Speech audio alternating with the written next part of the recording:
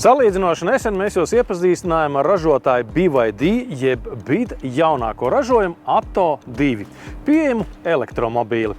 Tagad laiks parakāties pa augstākiem plauktiem, un šodien mēs brauksim ar faktisko BYD elektrisko flagmanu. Tas ir Sea Lion 7. Un kas ir interesanti, automašīnu testa braucienam mēs saņēmām nevis autosalonā, bet praktiski lielveikalā. Mieru, tikai mieru. Ķīniešu automašīnas lielveikalos pie mums vēl netirgo. BYD oficiālais pārstāvis Inchcape Motors atvēris Pop-up City Store jeb pilsētas veikalu tirdzniecības centrā Malls. Iekšā var aplūkot visus Latvijā aktuālos BYD modeļus, bet ārā ar tiem izbraukt. Ja jums ir interese par BYD markas automašīnām, vienalga vai pilnīgi elektriskām vai lādējumiem hibrīdiem, labāk brauciet uz lielveikalu Malls, un tur pie pašām centrālajām durvīm jūs arī atradīsiet BYD veikalu. Bet tagad pievērsīsimies pašai automašīnai. Sea Lion 7 ir BYD flagmanis, vismaz Eiropā. Tam ir lielākā jauda, lielākā baterija un lielākais nobraukums. Pat maksimālais ātrums ir 215 km/h, kas elektromobīļiem ir retums. Ieraugot Sea Lion 7, kāds varētu jautāt, kāpēc automašīnai ir nekrāsots plastmasas uzliks, jo tādas taču parasti liek apvidus automobīļiem vai crossoveriem.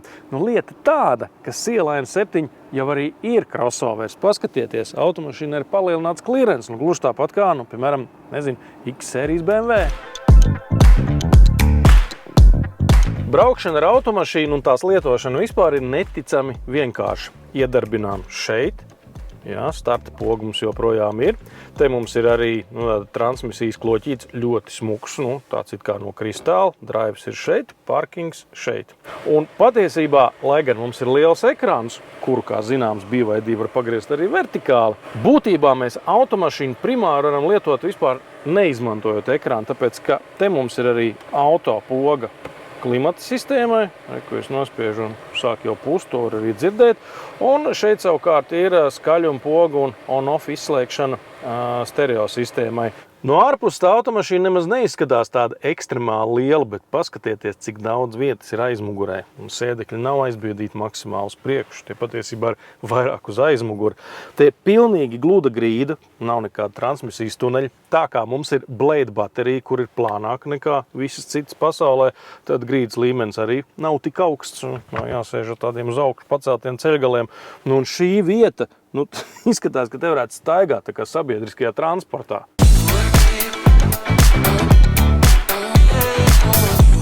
Braucot pamanīju, ka arī sēdpozīcija ir diezgan augsta. Tas droši vien ir saistīts ar to, ka grīdā mums tomēr ir baterija. Šobrīd man sēdeklis ir zemākajā iespējamā pozīcijā. Jaudas klātbūtne šajā BYD ir jūtama visu laiku, bet cik liela tā ir? Atkarībā no modifikācijas automobīlim ir vai nedaudz virs 300 zirgspēkiem, vai uzreiz visi 500. Plānotā sniedzamība ar vienu uzlādi ir 482 līdz 502 km. BYD Sea Lion 7 gan ir flagmanis pēc fakta, taču izskatās ne pēc cenas. Elektromobīls maksā sākot ar 47 810 eiro līdz pat 57 570 eiro. Tiesa gan līdzmaksājumu varēs piemērot tikai lētākajam Comfort ar standarta jaudu un aizmugurējo piedziņu. Sea Lion 7 pavisam ir 3 dažādas komplektācijas. Šī ir vidējā, jeb design. Ir viena vēl augstāka, bet arī ar visu riteņu piedziņu, tikai ar ietilpīgāku bateriju un vēl tur pāris featuriem, tā skaitā arī jaudīgāku lādēšanu. Un visvienkāršākais modelis savukārt ir ar aizmugurējo riteņu piedziņu, taču neatkarīgi no tā, kādu piedziņu un kādu bateriju jūs izvēlaties, salons būs šāds. Tātad sēdekļi ar tādām sporta atzveltnēm. Vienīgi atšķirsies tas, vai tā ir sintētiskā vai napa ādas apdare. Jā, iespaidīgi rokturīši izbīdās un iebīdās atpakaļ un vēl visādas tādas rotaļlietas un features. Ar visu es pagaidām neesmu iepazinies, jo es ar Sea Lion 7 esmu pabraucis pāris stundas, taču es zinu kādu vienu manu kolēģi, kura ar tādu pašu, bet vēl smukāku automašīnu brauc jau pāris nedēļas. Baiba Sipeniece Gavare stūrē Polar White baltu Sea Lion 7. Tā ir iespējams elegantākā no 4 šim BYD vispār pieejamām krāsām. Man liekas, ka viņi tāda arī sievišķīgi nedaudz, lai neapvainojas vīriešai. Bet viņai tās līnijas tādas līganas un tādas ļoti piestāvīgi sievietēm, man liekas. Un sievietēm, kā zināms, patīk stilīgi nieciņi. Priekš manis tas ir ļoti, ļoti stilīgs pasākums. Es nezinu, arī varbūt, ka citi ir pieraduši kaut ko tam līdzīgi veikt. Skatieties, piespiežam, pagā. Rekā izbīdās. Ar jauno Silēnu 7 Baiba paspējusi izbraukāt attālus Latvijas nostūrus un pat izmēģināt bagāžnieku ietilpību ar nolaistiem sēdekļiem. Bet vai viņa zina, kas ir zem priekšējā pārsaga? Es nezinu. Es nezinu. Man jāzina ir. Es elektromašīnā vispār uzskatu par bezjēdzīgu. Nu labi, vienīgais jāzina, kur ir lieto logu šķidrumu laikam. To es arī nezinu. Pagaid, labi, paskatāmies. Jā, pareizi. Kā tu zini? Kas tas tāds?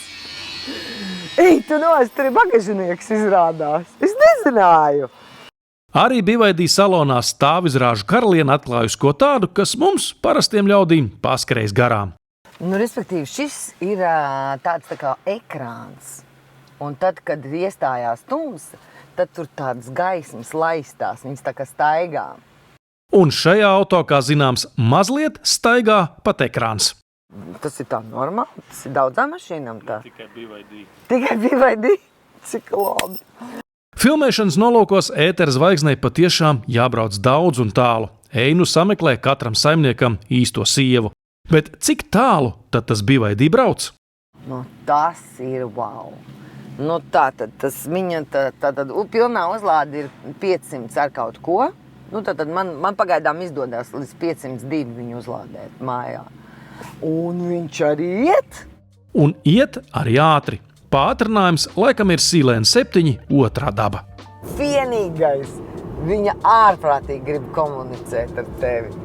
Nu, ārprātīgi. Šī kamera, viņa visu laiku mani uzmana. Visu laiku. Skaties uz ceļu, skaties uz ceļu, skaties uz ceļu. Ar Baibas stūrēto polārbalto jūraslavu no Ķīnas mēs droši vien vēl tiksimies. Un varbūt izmēģināsim pat to 230 kW uzlādi.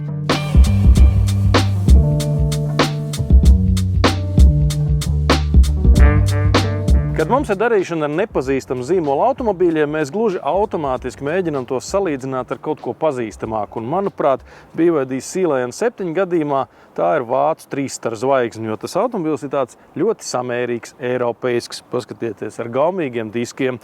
Uzlādes vāciņš atrodas labajā pusē aizmugurē, lūk šeit, nevis tur, teiksim, kaut kur stūrī, priekšā vai kaut kādā nesaprotamā vietā.